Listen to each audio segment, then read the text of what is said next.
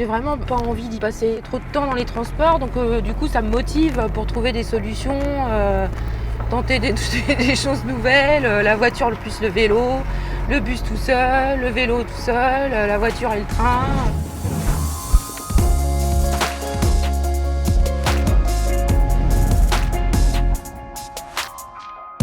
L'intermodalité, c'est le fait de mixer différents modes de transport au cours de ces trajets, avec un objectif de rapidité, de sérénité, d'écologie ou encore d'économie.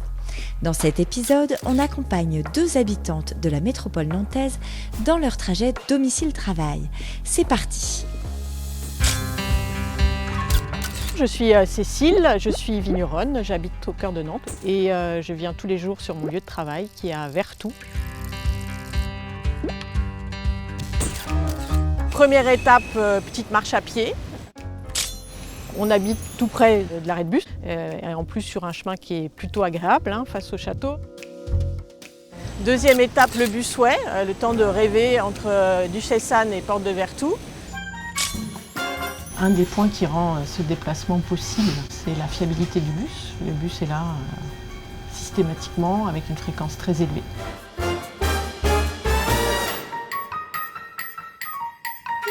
On est arrivé à Porte de Vertou, le terminus de la ligne 4. Donc 2 éléments indispensables désormais, sa carte pour aller sortir son vélo et son canard.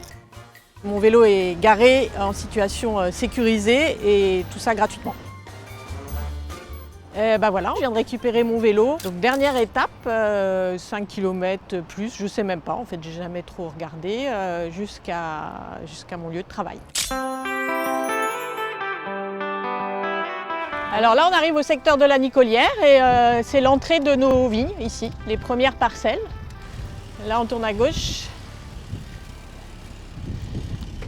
Voilà, on est arrivé. Passage de la ville à la campagne. Et on refait maintenant le chemin inverse avec Virginie qui part de la campagne pour aller travailler en ville. Je m'appelle Virginie Fiorio, j'habite Saint-Jean-de-Boiseau depuis un peu plus de 20 ans et je fais le trajet pour aller travailler à Nantes, quartier Gare Sud. Il est 8h et je m'apprête à prendre le train de 8h24, donc je vais prendre ma voiture pour 10 km que je fais en 15-20 minutes. Et c'est parti. Au départ, je prenais ma voiture avec mon vélo accroché sur un porte-vélo et je finissais à vélo. En 2016, voyant qu'effectivement les trajets en voiture étaient de plus en plus longs, je me suis dit que j'allais prendre le train. Je trouvais que c'était plutôt pas mal, 20 minutes assise dans le train, c'est très confortable, je peux lire, écouter de la musique, voire même bosser. Et puis comme c'est Boye et que c'est la métropole, on peut voyager pour un ticket de la TAN. Quelle que soit l'heure à laquelle j'arrive à la gare de Boye, il y a toujours de la place.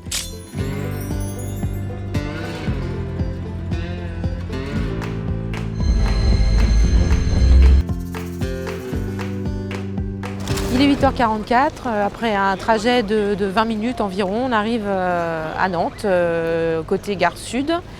Et j'ai à rejoindre mes bureaux maintenant, il me faut 5-6 minutes à pied en marchant vite. Cécile et Virginie peuvent commencer leur journée de travail après un trajet de 40 à 45 minutes où elles ont utilisé 3 modes de transport différents chacune. Le fait d'être dans la métropole, ça permet de faire un maillage et le maillage, nous on se l'offre avec le vélo sur les 5 derniers kilomètres. Elles ont toutes les deux utilisé des parkings relais. Le vice-président de Nantes Métropole en charge des déplacements nous explique le principe. Un parking relais, si vous êtes abonné à la Seine-TAN ou si vous avez une carte Libertan, vous pouvez déposer votre voiture et en fait en badgeant dans le bus, quand vous arrivez pour reprendre votre voiture et pour quitter le parking relais, il suffit de badger avec votre carte Libertan et du coup vous pouvez sortir gratuitement. Autrement dit, ça ne vous coûte absolument rien d'utiliser un parking relais si vous avez utilisé les transports en commun.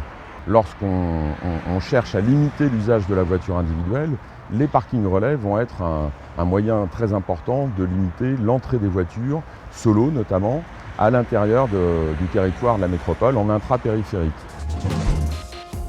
La métropole aménage aussi de nombreux axes cyclables et piétons et développe le réseau de transport en commun et le covoiturage. Alors, ça vous inspire ?